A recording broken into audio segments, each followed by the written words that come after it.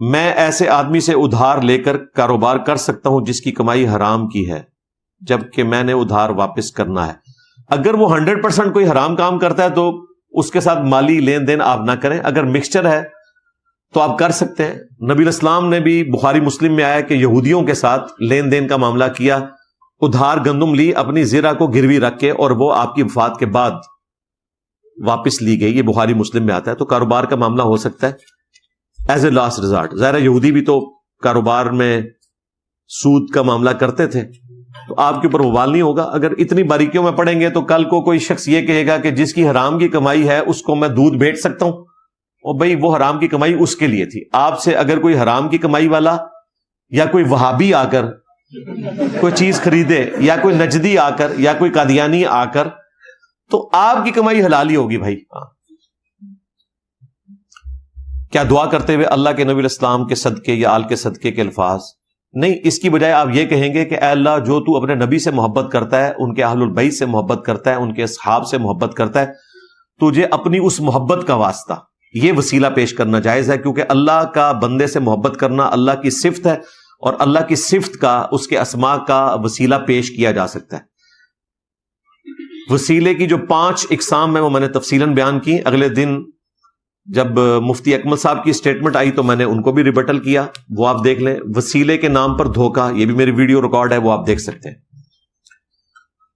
جب دعا کریں تو اللہ کو اس کی رحمت کا واسطہ دینا ٹھیک ہے؟ جی بالکل درست ہے, یہ تو ہے. وَلِلَّهِ الْأَسْمَاءُ الْحُسْنَى فَادْعُوهُ بِهَا, اللہ کے لیے ہیں اچھے نام, اس کے ناموں کے ذریعے اس کو پکارو. ہماری دعاؤں میں بھی آتا ہے.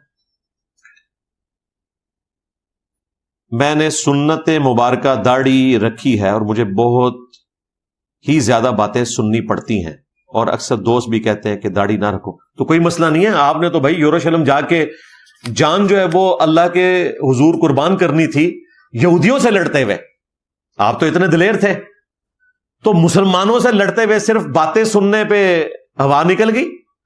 ہاں تو بھائی اسی کا نام قربانی ہے. صحابہ کرام نے تو اپنا دین بدلا تو اپنے گھر والوں سے قتال کرنا پڑ گیا.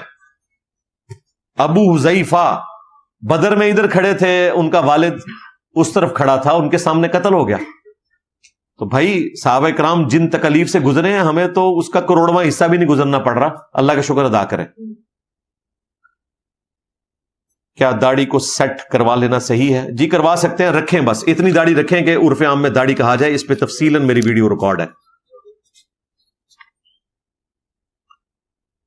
جادو کا توڑ بتا دیں. جادو کا توڑ جو ہے وہ آخری 3 صورتیں صبح شام دم کرنی ہے اپنے اوپر 3 دفعہ پڑھ کے, جو بخاری مسلم میں آیا اور ابو داؤد ترمذی میں آیا. ہر نماز کے بعد 1 دفعہ آخری 3 صورتیں پڑھنی ہے. باقی اگر جادو ہو چکا ہے تو کسی عامل سے بھی رابطہ کیا جا سکتا ہے جو توحید کے مطابق علاج کرتا ہو. کیا روزگار والی جگہ پر بیٹھ کر لوڈو کھیل سکتے ہیں؟ جی لوڈو کھیلیں, لیکن اس کے اوپر آپ کو جوا نہ لگائیں. لوڈو کھیلنے میں کوئی مسئلہ نہیں, تاش بھی کھیل سکتے ہیں, شطرنج بھی کھیل سکتے ہیں, جوا نہیں لگنا چاہیے, اور نہ اس کھیل کی وجہ سے آپ کی نمازیں ڈسٹرب ہونی چاہیے. اگر بیوی بے حیائی کی مرتکب ہو اور کسی اور شخص کے ساتھ ناجائز تعلقات رکھتی ہو تو کیا اسے طلاق دی جا سکتی ہے؟ جی یہی وجہ ہوتی ہے طلاق دینے کی. اگر آپ دینا چاہتے ہیں, اگر اس کی اصلاح کی گنجائش ہے تو اصلاح کریں, ادروائز طلاق دینا چاہیں تو صحابہ کرام نے اسی بات کے اوپر طلاق دی تھی. بخاری مسلم میں آتا ہے. اسی پہ امام بخاری نے باب باندھا اکٹھی 3 طلاق دینے کا جواز, اور اکٹھی 3 طلاقیں اس موقع پہ دی تھی ایک صحابی نے. اگر کوئی شخص خود کو مسلمان کہتا ہے تو کیا ہم اس کے غلط عقائد اور نظریات پر اسے کافر کہہ سکتے ہیں؟ اگر نہیں تو قادیانی بھی جو خود کو مسلمان کہتے ہیں. او بھائی یہ ٹیکنیکل بحث ہے, میں پہلے بھی ڈسکس کر چکا ہوں. قادیانیوں کا مسئلہ یہ ہے کہ انہوں نے اپنا باپ بدل لیا ہے.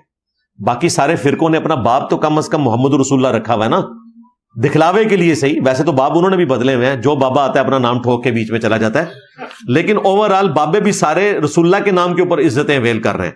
لیکن انہوں نے تو اپنا باپ ایک ایسا کلیم کیا اور اس کی بنیاد کے اوپر باقی مسلمانوں کو کافر کہنا شروع کر دیا. ان کا معاملہ بالکل ڈیفرنٹ ہے. قادیانیوں کا معاملہ باقی امت سے ڈیفرنٹ ہے, اسی لیے ہم ان کی تکفیر کرنے کو جائز سمجھتے ہیں. باقی جو مسلمانوں کے فرقے ہیں ان کی اصلاح کی کوشش کریں. غلط عقائد ان میں بھی موجود ہے, شرکیہ بھی ہیں, لیکن اصلاح کی کوشش کریں.